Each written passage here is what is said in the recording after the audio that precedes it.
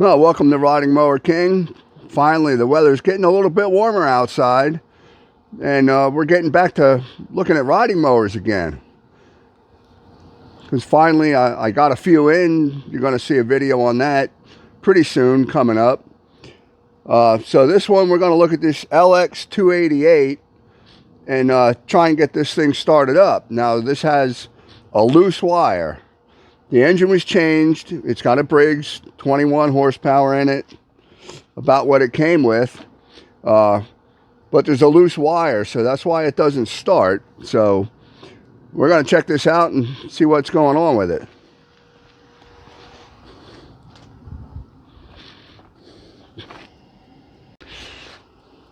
All right, so I tried to turn this over. I tried to start this already, and it doesn't do anything. I sprayed the carburetor, cranked it over, didn't do anything. So I'm going to pull the spark plugs out so we can check for spark.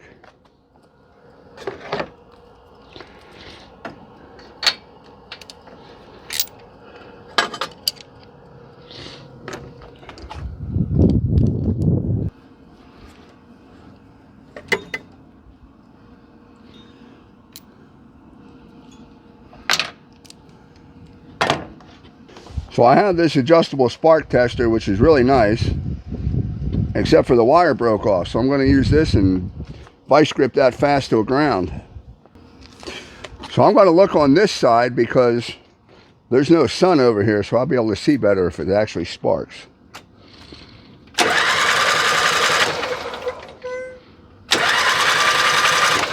And it is not sparking. So the next step, we're going to take this cover off and disconnect the wire from the coil, and that should rule out anything on the tractor keeping it from starting. So of course we got to take the cover off first.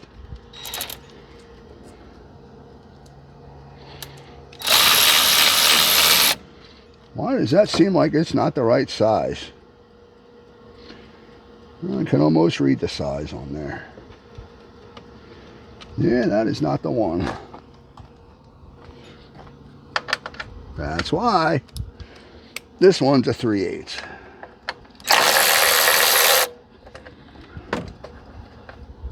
So it'll work for some of these.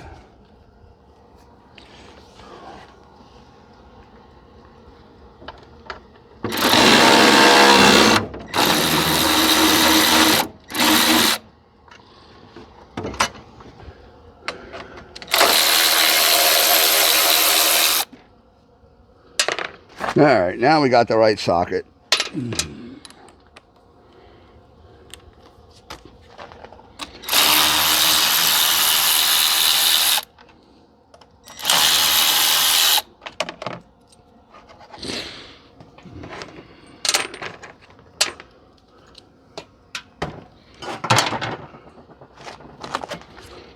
Well, one more.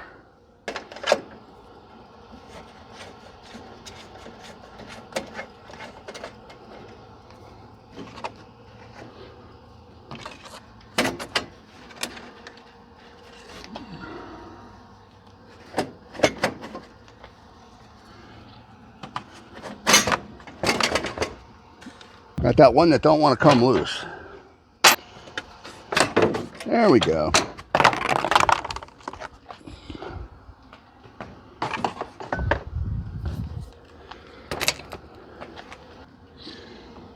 All right, so here we have a separate coil for each cylinder. This is for one side, this one's for the other side, and normally you would just disconnect the wire from the coil, and that will allow the coil to make spark. Now both of these wires are right here, but both of these wires go into one, and it is this one that I'm pulling. Over here it's this wire, and it goes into this white wire here. Red connector goes into this white wire over to that connector over there. So what I'm going to do, I'm going to disconnect this connector right here. This white wire is from the coils, and this wire here is probably the oil pressure sensor. I'm pretty sure the red wires are going to go to the voltage regulator, And then this wire here should be going to the carburetor. So if I disconnect this, none of those things are going to work. It's not going to charge. The solenoid on the carburetor is not going to open. And that doesn't matter, because I'm going to feed the gas in through the air, where the air goes. So that, you know, that pretty much eliminates anything on the carburetor except for the throttle plate. So I'm going to disconnect that, and then we'll see if it has spark. So I have that disconnected, so that's basically the same as unplugging the coils. So now we're going to attempt to crank it and see if there's any spark. Make sure everything's away from the rotating parts of the engine.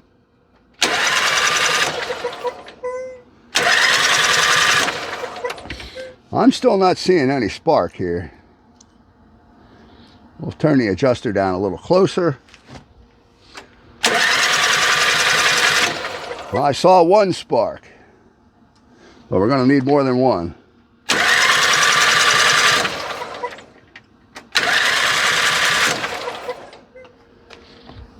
All right, so we had one spark. We're not doing real good with spark here.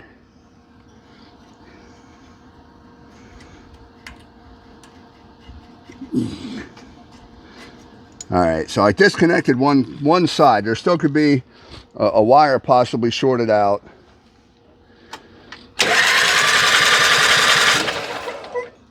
Still not seeing any spark. So now we have both wires disconnected from the coil. There should be something.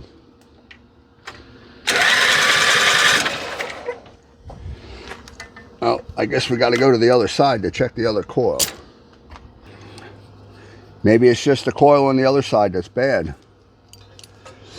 We will find out. That would be nice if it was only one bad coil.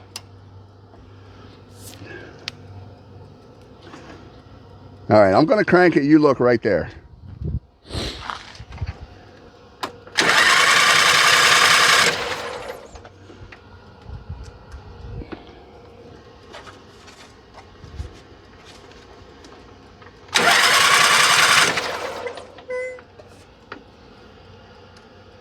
How could it be that there's no spark on either one?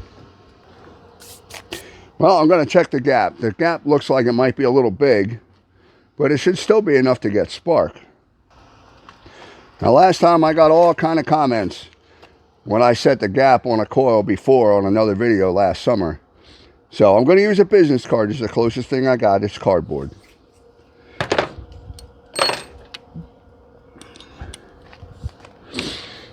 Everybody got a little upset that I use feeler gauges, so I'll use something about the thickness of a business card.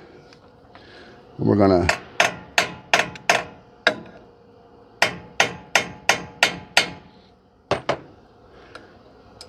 try and shock these a little bit just so the bolts come loose easier.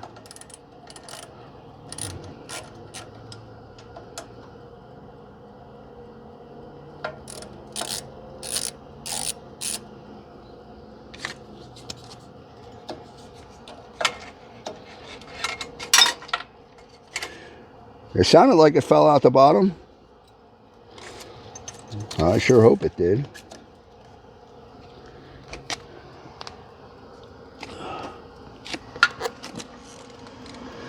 Oh, it's right here. Lucky me.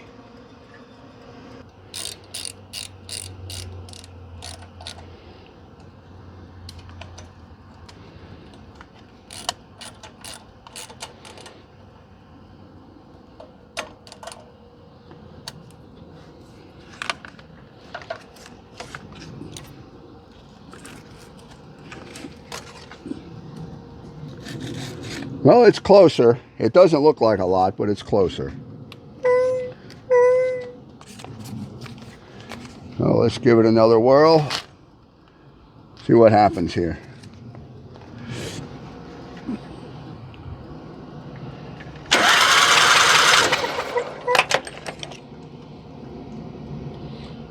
Put it so it's almost together.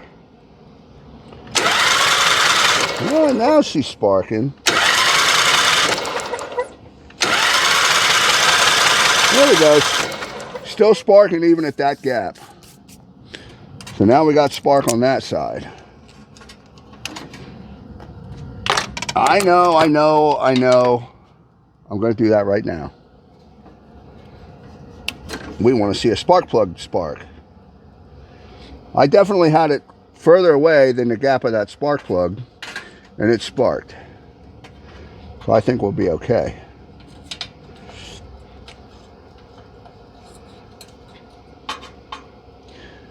I want it to lay against there. Okay, are you watching? Oh, we are zoomed in already. All right, here we go. Well, it's got to stay against.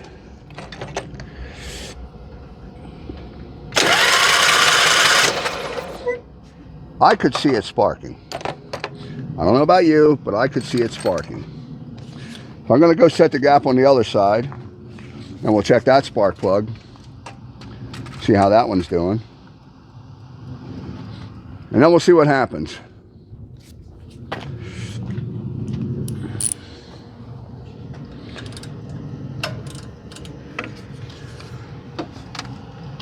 Just a little tap tap.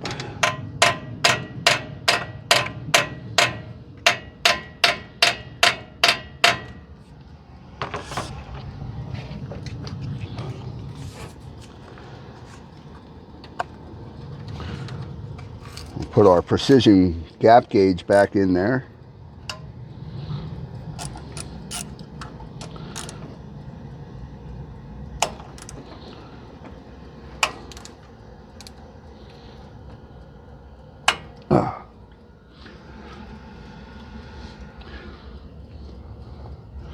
Either that bolt head's wore out or my socket's getting wore out.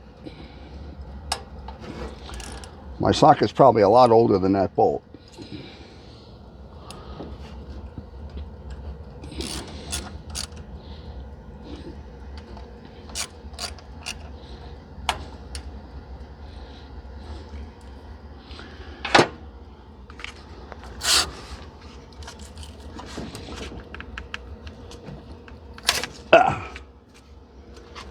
Boy, they don't last too many times when you do it that way.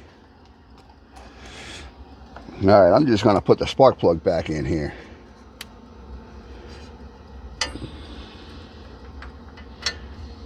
All right, now if you want to see it spark, you're going to have to watch out of the other camera.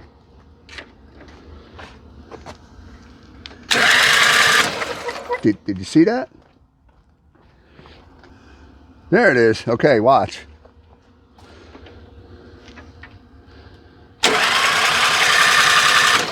Okay, we got spark now.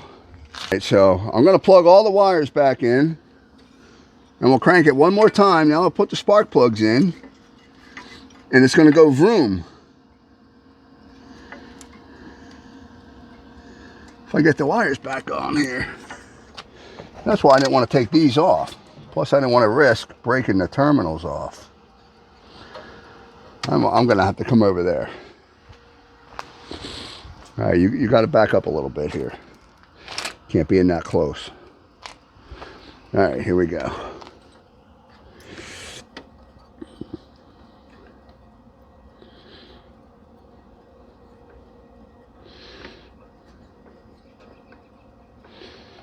All right, there we go. We snapped on. I'm going to plug this connector back in. And that connector really needs to be cleaned. I saw a little bit of corrosion in there. So, you know, that needs a little bit of attention. All right, one more crank here. If we got spark, we're putting the plugs back in. All right. We got spark. Now, it looks like we're pulling some fuel from somewhere, because that hose was getting a little bit wet from blowing out of the cylinder. Let's get these spark plugs in here.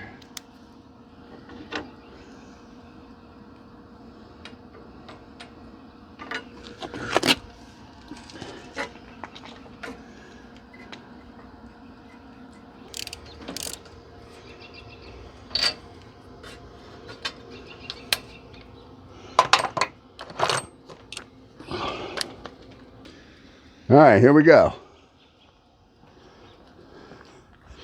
I don't think it's going to start till I spray the carburetor, but we're gonna crank it a little bit.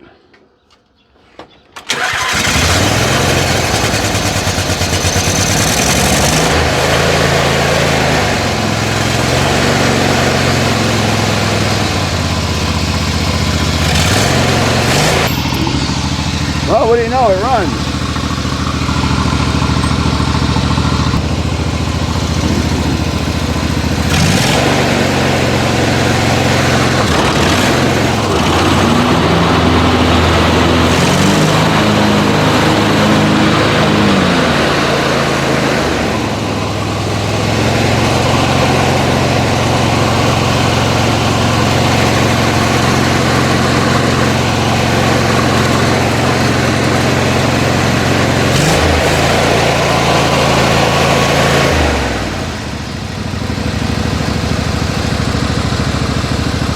Boy, that's quiet. That is really, really quiet for one of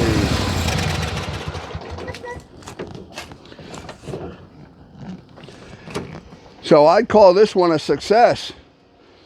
I'll put the cover back on, and I may have a home for this already. So this may be the last time you see this, but you know, if you want to see other ones come back to life, like and subscribe so you don't miss the next one. When I got this, supposedly it didn't start because it had a loose wire. Well, I haven't found the loose wire yet, but I did get it to start. So maybe I got lucky on this one. A little bit of troubleshooting. You know, don't go right after the carburetor. You bypass the carburetor by spraying it. You know, if you spray it and it don't do anything, well, then really you want to check for spark next. And if you unplug the coils, it takes the whole tractor out of the equation. The rest of the tractor will not affect it not having spark. And in the end, I re-gapped the coils, and then they sparked. So here we are, a good running engine. That oil, that smoke really was coming off the muffler. You know, a little bit when it first started up, and then, you know, I revved it up and it really was just coming off the heat off the muffler and the exhaust pipe. So I think this is going to make somebody a nice tractor. So we'll catch you in the next video.